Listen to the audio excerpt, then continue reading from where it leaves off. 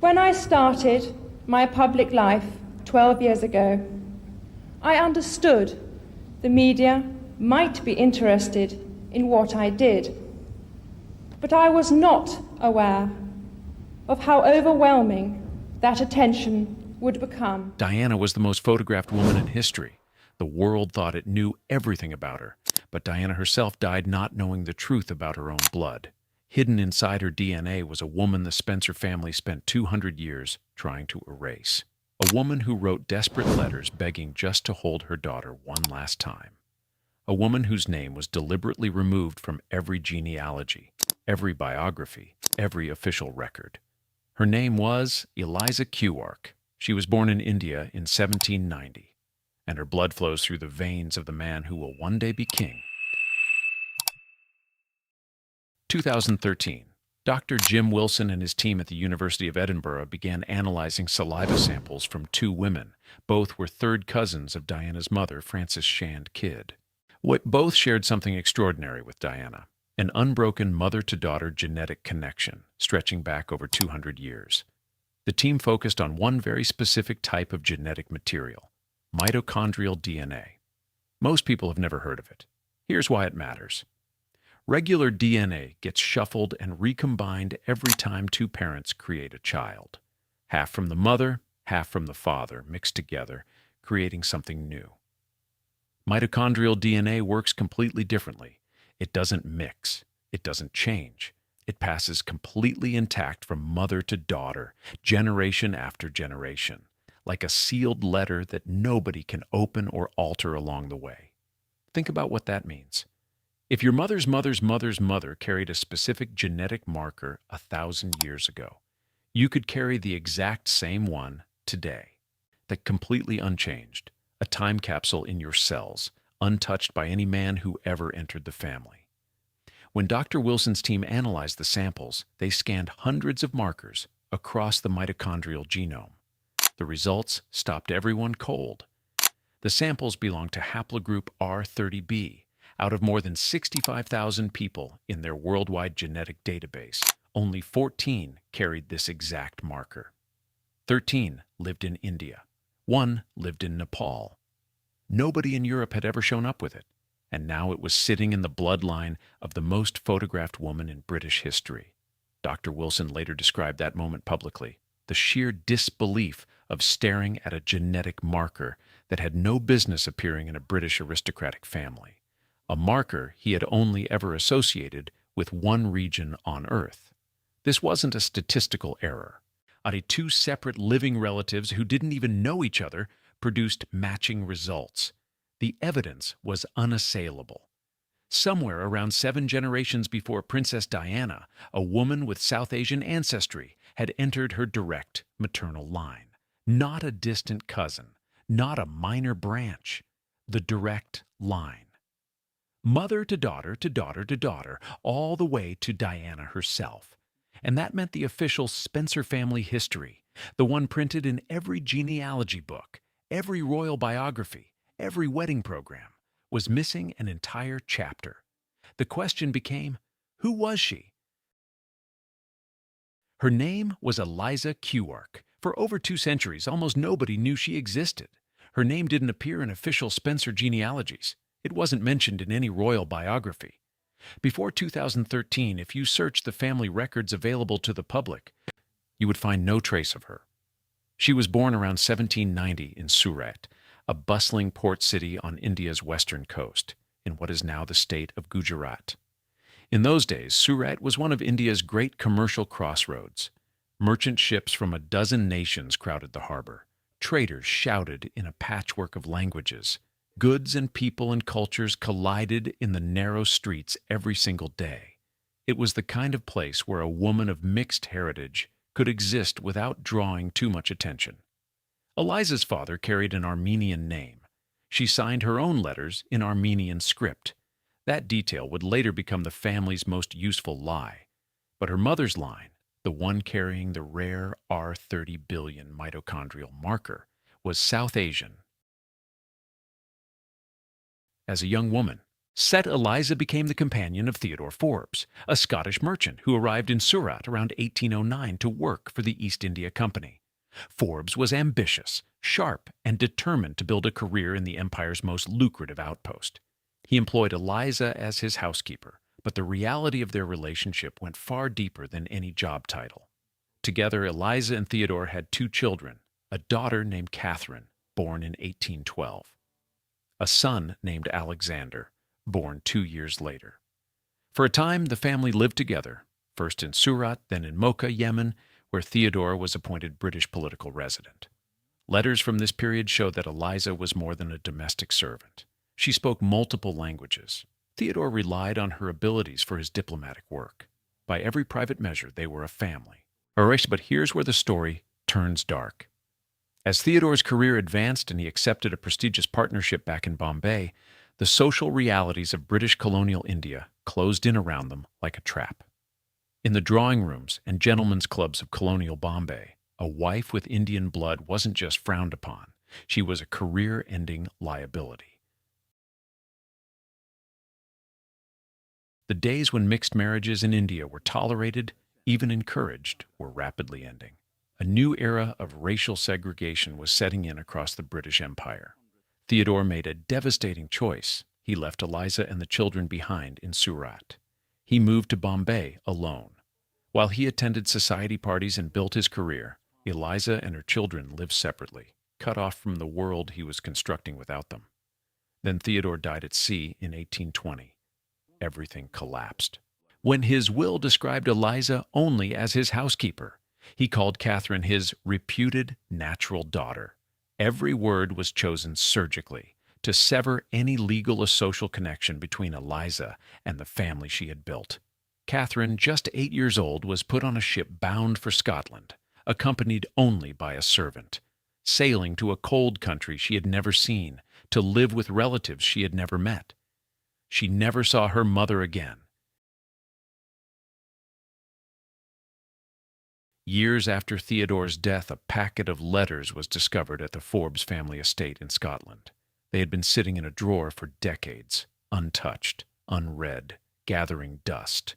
When scholars finally examined them, they realized what they were holding. The letters were from Eliza, written in broken English, dictated to a scribe because her written English wasn't strong enough. Signed in her own hand in Armenian script, letter after letter after letter, spanning years, all carrying the same desperate plea: to be allowed to see her daughter one last time before Catherine was sent to Europe forever. In one letter she wrote, "My good sir, I pray you let me know. By your leave I will bring my child to give in your hand by myself." Read that again slowly. A mother asking permission. Permission to hand her own daughter over, knowing that once she did, she would never see that child again, knowing that an empire stood between them. And still she offered to make the journey herself, just to hold Catherine one last time. Nobody let her. Victorian Britain didn't just care about pedigree, it worshipped it. For families like the Spencers, climbing the highest rungs of English society, any whisper of non-European ancestry wasn't just embarrassing, it was existential. Had it been widely known that Catherine Forbes and her descendants carried Indian blood, they might never have made the marriages that secured their place in the aristocracy. Every generation that followed would have been tainted by what Victorians called colored blood.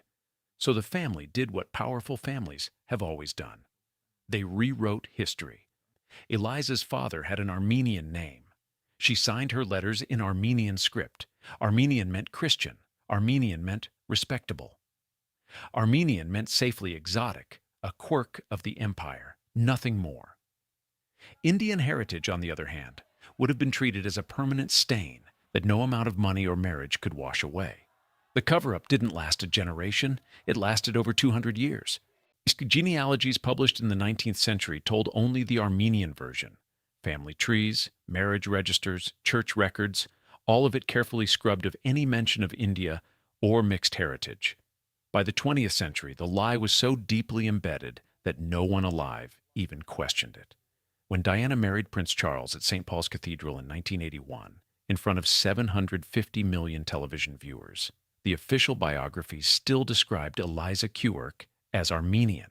Nobody in the Spencer family challenged it. Nobody in the royal household challenged it. The secret held through 2 world wars. It held through the collapse of the British Empire. It held through the most watched wedding in human history until 2 vials of saliva blew it open. After the DNA results were published in 2013, reporters tracked down Diana's maternal aunt, a woman named Mary Roche. She was one of the few living people who had grown up hearing the old family stories, the ones passed down at dinner tables and in private letters for generations. When they told her what the DNA had revealed, she paused. Then she said something that captures the absurdity of 200 years of deception in a single sentence. "I always assumed that I was part Armenian, so I am delighted that I also have an Indian background." Think about that. A woman in Princess Diana's own family had lived her entire life believing a story that was genetically false. She didn't know. Her mother didn't know. Her grandmother didn't know. The lie had been so complete, so thoroughly maintained across so many generations, that even the people carrying the DNA had no idea what it actually was. First, the real story had been written in their cells the entire time. It just took science to finally read it. But the hidden Indian ancestry was only one layer of a family story that gets stranger the deeper you dig. Because the Spencers weren't just any aristocratic family. By some measures, they were more royal than the royals themselves.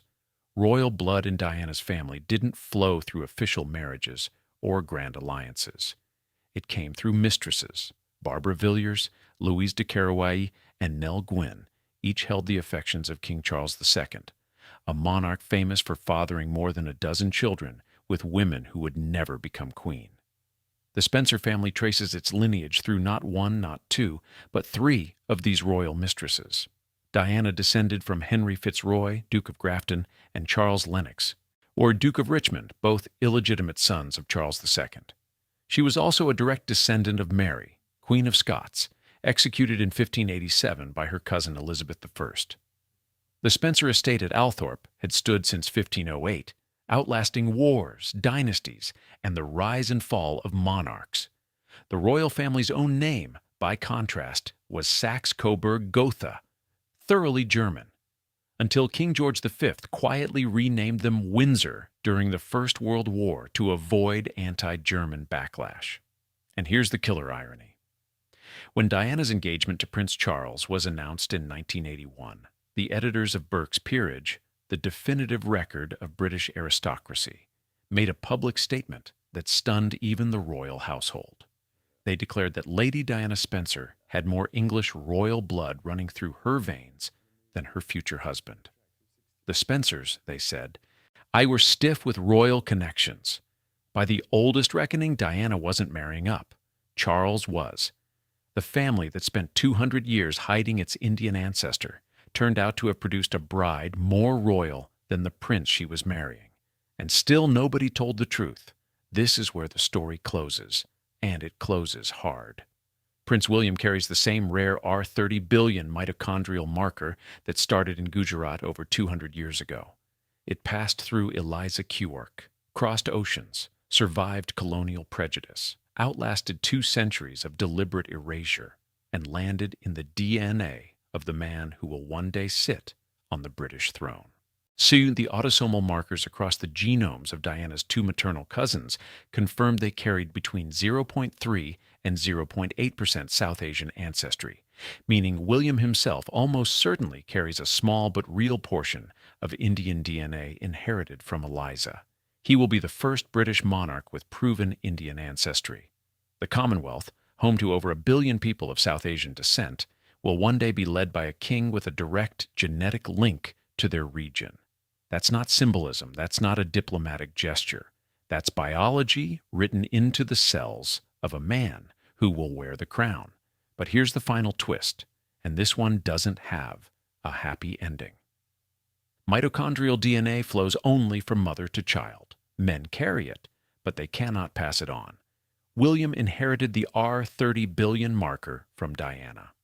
But his children, George, Charlotte, Horace, and Louis, will not inherit it from him.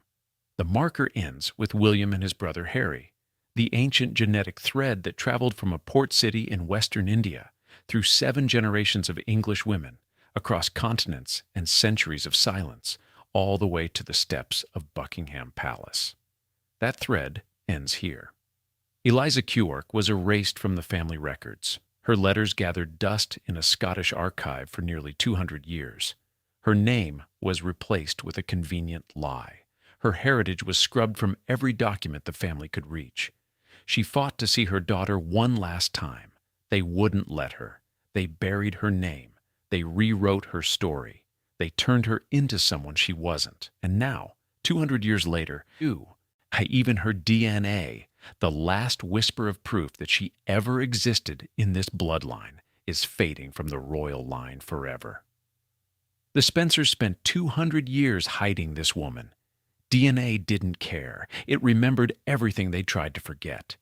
And in the end, the sealed letter nobody could open, the one passed silently from mother to daughter through 7 generations of silence, said exactly what the most powerful family in Britain never wanted anyone to hear. She existed, she mattered, and her blood reached the throne.